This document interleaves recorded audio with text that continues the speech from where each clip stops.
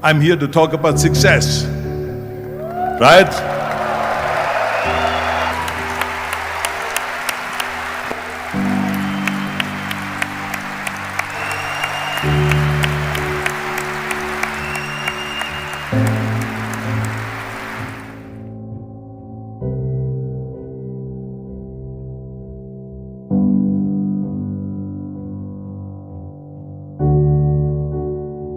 Now let me get right away to the first rule of success.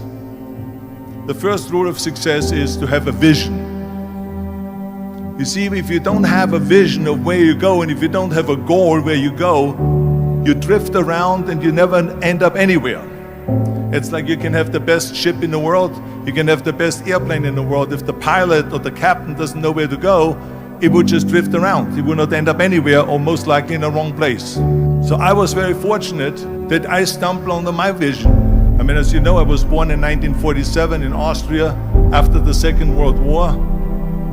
And I didn't really like Austria when I grew up. I couldn't wait to get out of there. I couldn't see myself becoming a farmer or a worker in a factory or anything like that. Even though my parents wanted me to stay there and have a normal life. My father wanted me to become a police officer like he was. My mother wanted me just to stay there and marry a girl and have a bunch of kids. But that was their vision, not mine. My vision was totally different. I felt that I was born for something special, for something unique, for something big. So I was searching. Then one day I went to school. I remember I was 11 years old, and they showed a documentary about America. And all of this stuff, and I said to myself, that's where I want to be. I don't want to be around here with these little farmhouses and these little buildings, and everything is old. I want to be in America. But now the question was just, how do you get to America? In those days, it was a very expensive trip. It's not like today. So again, I was very fortunate that one day after school, I walked by a store in Graz. And it was the only store that really sold kind of American stuff. So I went inside and I looked around and I looked at this stuff, and then I saw a magazine. I saw a bodybuilding magazine that had Reg Park on the cover. Reg Park was then a 3-time Mr. Universe. And I saw him on the big screen as Hercules. And on the cover it said, how Reg Park, Mr. Universe, became the Hercules star. So I looked at the cover and I said to myself, I got to get this magazine. So I bought the magazine, I took it home and I read it over and over from the front page to the back. It had everything in there, how he trained, how he was working out in Leeds, England, in a factory town, how he worked out every day for 3-4 hours and became the strongest man of Europe, and how he won Mr. Europe, Mr. Great Britain, and then eventually Mr. Universe. And how he won the second Mr. Universe and the third Mr. Universe, and how he was discovered to play the starring role in Hercules. I read that and I said to myself, wow, this is the blueprint for my life. This is exactly what I want to do. I want to become a bodybuilding champion just like Reg Park. I want to get into movies just like Reg Park. And I want to make millions of dollars and be rich and famous just like Reg Park. Do you know how great it felt that I knew where I was going? Imagine the majority of people don't know where they're going. I knew where I was going. So it was just a question of how do you do it? I was so relieved. Because when you have a goal, when you have a vision, everything becomes easy. So I knew where to go. So people always ask me, when they saw me in the gym in the pumping iron days, they said, why is it that you're working out so hard? 5 hours a day, 6 hours a day, and you have always a smile on your face. The others are working out just as hard as you do, and they look sour in the face. Why is that? And I told people all the time, I said, because to me, I'm shooting for a goal. In front of me is the Mr. Universe title. So every rep that I do gets me closer to accomplishing that goal, to make this goal, this vision turn into reality. With the age of 20, I went to London and I won the Mr. Universe contest as the youngest Mr. Universe ever. And it was because I had a goal. And this is no different than anything else, what I'm talking about. This is not just about bodybuilding. It was the same in acting. And the same thing is also in politics. I remember that in politics, I had a very clear vision that I will be the leader of California. This is as far as I could go because I was not born in America, so I could not run for president. So being the governor of the 5th largest state was for me really the ultimate title, the ultimate accomplishment in politics. So even though people came up to me and says, why don't you go and run for something smaller, you're never gonna make it. I ran for governor, and then 2 months later I became governor of the state of California. Again, because I had a very clear vision what I'm gonna do with California. So let me tell you something, visualizing your goal and going after it makes it fun. You got to have a purpose no matter what you do in life. You got to have a purpose. So that's rule number 1, have a vision.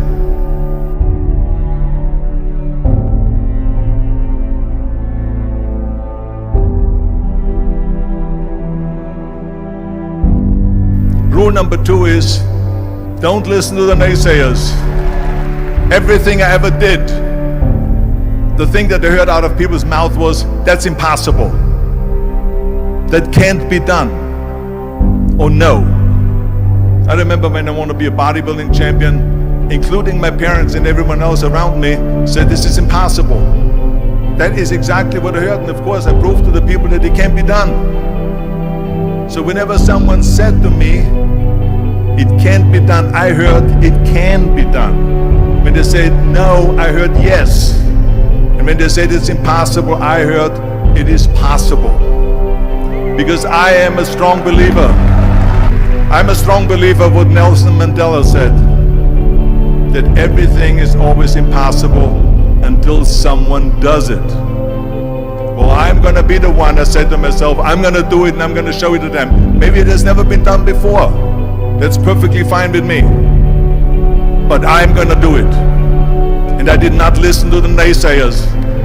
The same was also when I went into, not just in bodybuilding, they said no. When I wanted to come to America, when I wanted to go to America, they said it's impossible. There's no money that you have to fly even over there. You have no money when you go over there to live with. And what do you think, they're gonna wait for you? They have plenty of big bodybuilders over there. It was all no, and it can't be done, it's impossible. And I remember then that the same thing happened also when I'm into the show business. I won 13 world bodybuilding championships altogether, and now I said to the agent, the Hollywood agent, I want to get into movies. He said, that's funny, Arnold. I asked a studio executive, I say, I want to get into movies. I want to be a leading man. He started laughing. So they all say it's impossible. I said, why is it impossible? He says, because look at how big you are. You weigh 250 pounds. Hercules bodies and muscular bodies weighing 20 years ago. And then they told me, it says, and your accent, even if you reduce all your body weight and everything and have a normal body, I said, your accent, I mean, it will go give people goosebumps. With the German accent, it will get people the creeps. They will get scared. He says, no one in Hollywood ever has become a leading man that had an accent. That's the kind of stuff that I heard. They said, no, you see, it's impossible. And plus your name who can pronounce Schwarzenschnitzel or something like that. No one can pronounce that, so forget about it, Arnold. This is the kind of thing that I heard. Now that's very encouraging, isn't it? But you know something? I didn't give a shit. I said to myself, in bodybuilding I worked out 5-6 hours a day. I'm gonna do the same thing now for acting. And of course I went to college to study English, accent removal, acting classes, and all of this stuff, all day long. I worked and I worked and I worked. And within a short period of time, I made one movie called Hercules in New York, which of course went right into the toilet. But it didn't discourage me. I still had the same vision. And then all of a sudden, I was asked to star in Conan the Barbarian. And after I did Conan the Barbarian, the director at the press conference said to the press, he said to the press, if we wouldn't have had Arnold, we would have had to build one. And the same thing was with Terminator. After we were finished filming Terminator, Jim Cameron said to the press, if Arnold wouldn't have had that accent and talked like a machine, I think the movie wouldn't have worked. So think about that. The body and the accent that they attacked was an asset.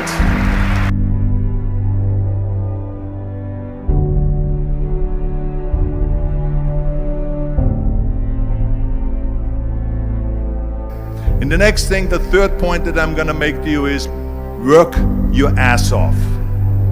There is no magic pill. There is no magic out there.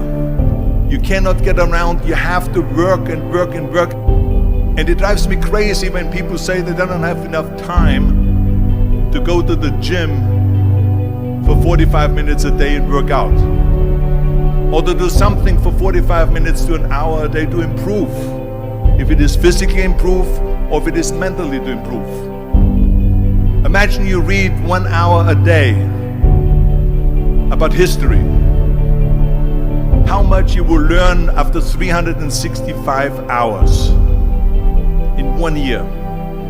Imagine if you will work on the business, on some business that you want to develop every day for an hour.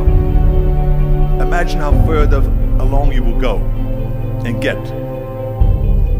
So it drives me nuts because we have, when people say we don't have the time, we have 24 hours a day. We sleep 6 hours a day, so that gives you still 18 hours. So there's someone shaking their head out here in front. They say probably, I don't sleep 6 hours, I sleep 8 hours, right? Or just sleep faster. So we have 18 hours a day. The average person works around 8 to 10 hours. So let's assume it's 10 hours, so we have 8 hours left. Then you travel around an hour a day, maybe 2 hours a day. So now you have still 6 hours left. What do we do with the 6 hours? Then we eat a little bit, then we schmooze a little bit, talk a little bit to people and all that stuff. But you can see how much time there is available if you organize your day. So you got to work hard. I mean, let me tell you something. When I went to America, I went to college. I went and worked out 5 hours a day. And I was working on construction. Because in those days in bodybuilding, there was no money. I didn't have the money for food supplements or anything. So I had to go to work. So I worked on construction. I went to college. I worked out in the gym, and at night from 8 o'clock at night to 12 midnight, I went to acting class 4 times a week. So I did all of that. There was not one single minute that I wasted. I became very friendly with Muhammad Ali in the 70s. And Muhammad Ali worked his butt off.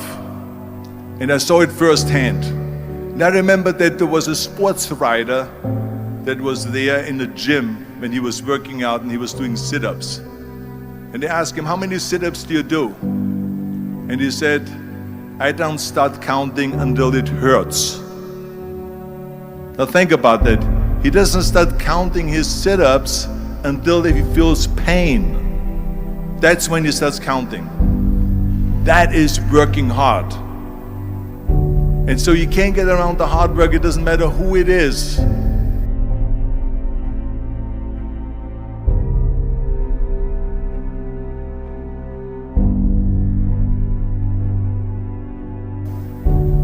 Well, I hate plan B. But when you start doubting yourself, that's very dangerous. Because now what you're basically saying is that if my plan doesn't work, I have a fallback plan, I have a plan B. And that means that you start thinking about plan B, and every thought that you put into plan B you're taking away now that thought and that energy from plan A. And it's very important to understand that we function better if there is no safety net. I'm telling you, I've never ever had a plan B. I made a full commitment that I'm gonna go and be a bodybuilding champion. I made a full commitment that I'm gonna be in America. I made a full commitment that I'm gonna get into show business and I'm going to be a leading man. No matter what it takes, I will do the work. I will do the work over and over and over until I get it. And the reason, one of the main reasons why people want to have a plan B is because they are worried about failing. What is if I fail, then I don't have anything else? Well, let me tell you something, don't be afraid of failing, because there's nothing wrong with failing. You have to fail in order to climb that ladder. There's no one that doesn't fail. Michael Jordan said in one of his interviews, when they said, "You're unbelievable, you're the greatest basketball player of all times." I mean, tell me about that. And he says, well, you're just mentioning the successes. But he says, for me to become the greatest basketball player, I missed 9,000 shots when I was playing basketball at the NBA games. Does it make him a failure? No. He's one of the greatest basketball players of all times, but he failed 9,000 times. Do you get it? We all fail. It's okay. What is not okay is that when you fail, you stay down. Whoever stays down is a loser. And winners will fail and get up. Fail and get up. Fail and get up. You always get up. That is a winner. That is a winner.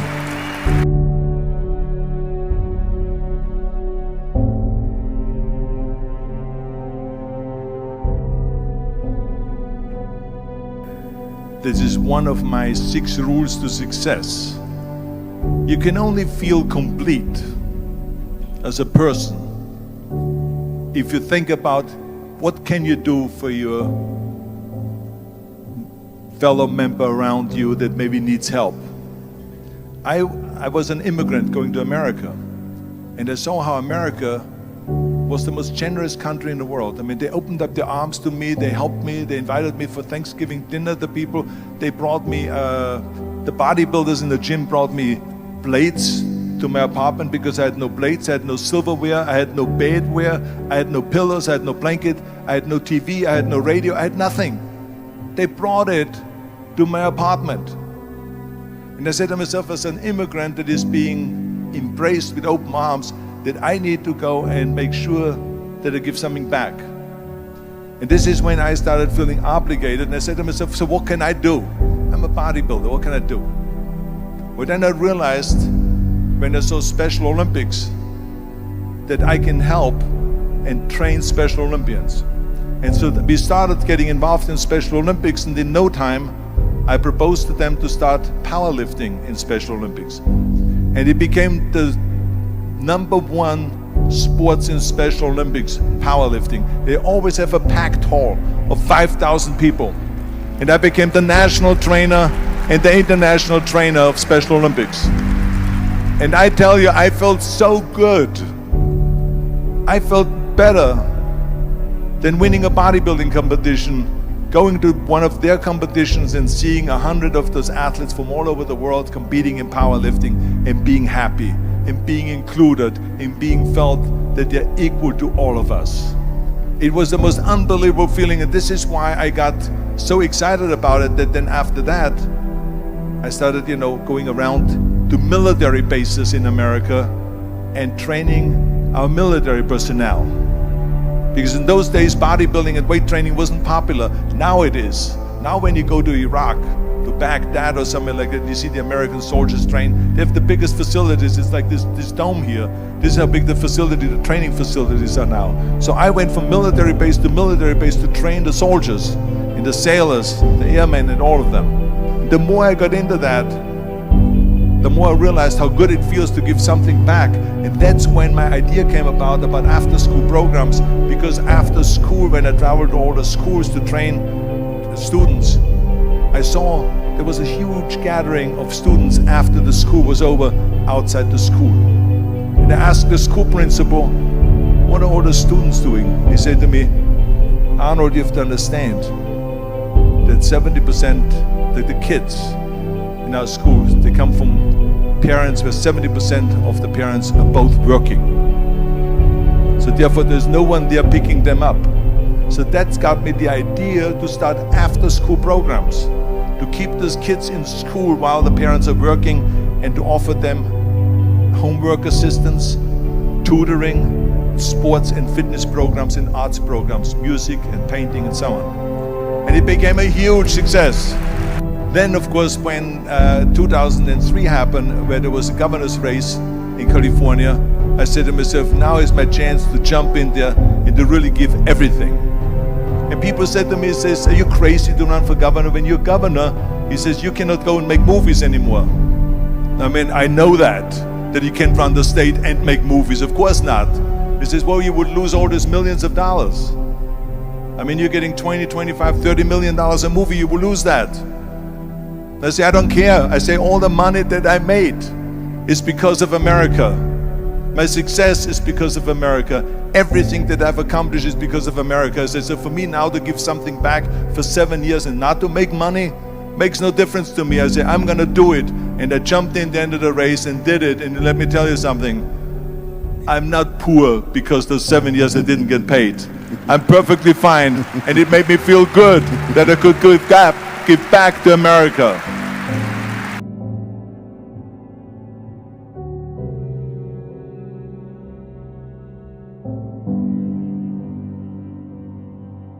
Well, I think that every day we are benefiting from someone helping us. That's why I said earlier, there's no such thing as a self-made man. I mean, when you think about it, you're born and you need your parents to raise you. You need your teachers to teach you. You need your coaches to do sports. And so when I think about back of the people that helped me, I remember that everything I did always needed help. Think about it when someone says, Arnold, you're the greatest self-made man.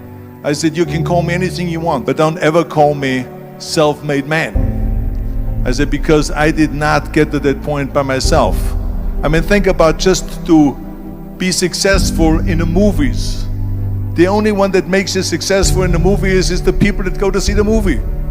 So how can you say to yourself, made man, when you need millions and millions and millions of people all over the world to go and see your movies? So people, then the press looks at it and says, this guy has a big box office success. It's the people, it's you. Imagine if Jürgen and I both think that we're self-made people and this hall right now is empty. No one here. Do you think this will be a successful conference? No. Who makes it successful is not him and me. We are just one little molecule that is added to the equation. But you are the ones that make this conference a successful conference. So thank you all of you for being here today. You are the ones that is making it big.